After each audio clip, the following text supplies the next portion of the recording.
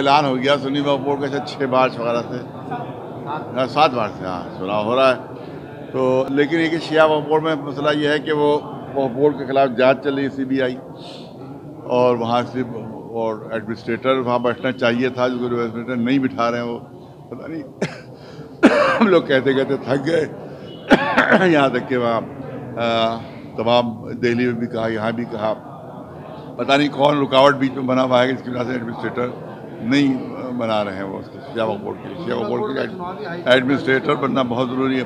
ये पहुँच गए थे कि चुनाव करवाया जाए, तो वहाँ उन्होंने रिजेक्ट कर दिया सुप्रीम कोर्ट में कि जब CBI जांच हो रही है तो चुनाव कैसे हो सकता है, क्योंकि जब तक ये सब फिर दोबारा जितने भी कुकर्मी हैं वो दोबारा फिर चुनाव में आ जाएंगे दोबारा, लिहाजा उन्होंने नहीं इजाज़त दी चुनाव की। क्या माना जाए कब तक इलेक्शन हो सकता है जी? कब तक इलेक्शन हो सकता है? देखिए इलेक्शन उस वक्त तक नहीं हो सकता जब तक कि मुजरिम जो है वो उनको सज़ा न मिले। जिन्होंने बेचा है करोड़ों अरबों रुपए की जायदाद है, वो दोबारा फिर आ जाएंगे इलेक्शन में, क्योंकि वो सारे वोटर उसी के बनाए हुए, जो पहला चेयरमैन है उसी ने सारे वोटर बनाए हैं।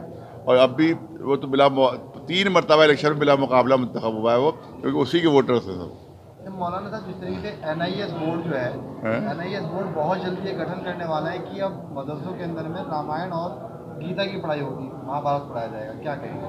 नहीं भाई, ऐसी तो जरूरत नहीं। जो होना, जो देखिए रिवायती चीज़ें बस हो, जदीद तालीम के हम जो हैं वो कायल हैं कि हाँ मॉडर्न एजुकेशन भी होना चाहिए वहाँ पर, जैसे कंप्यूटर की तालीम है और थोड़ी बहुत तालीम हो, उसको दीनी तालीम बहुत ज़्यादा उस कोर्स को बदलनी चाहिए। वरना भी ये कहा जाएगा कि साहब जो वहाँ उनके है RSS के जो स्कूल है उसमें कुरान की तालीम भी हो, फिर इंजील की तालीम भी हो, फिर ज़बूर की तालीम भी हो, सब कुछ भी हो, फिर अवस्था भी पढ़ाई जाए, फिर और एक मज़हब थोड़ी है, 50 मज़हब है, फिर सबकी तालीम होना चाहिए।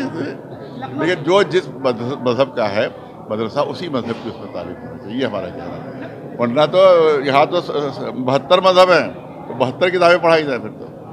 लखनऊ इमामबाड़ा लॉकडाउन के दौरान जो मजलिसें हुई थी उसमें मुकदमे दर्ज हुए थे, उस मुकदमों को क्या कहना? हाँ, वो तो हमने तो उस पर एहतजाज किया है। उस पर हमने कहा है कि हम उस पर कोई अपनी ज़मानत नहीं करवाएंगे, और अगर आपको उस पर सज़ा देना है तो हम जेल जाने के लिए तैयार। तो हमारी तरफ से ऐलान हो गया था, तमाम उलमा की तरफ से ऐलान हो गया था, पब्लिक की तरफ से ऐलान हुआ कि कोई ज़मानत नहीं करवाएगा। अगर आप इनमें मजलिस इमामबाड़े में मजलिस करना अगर जुर्म है तो आप उसमें जेल भेजिए।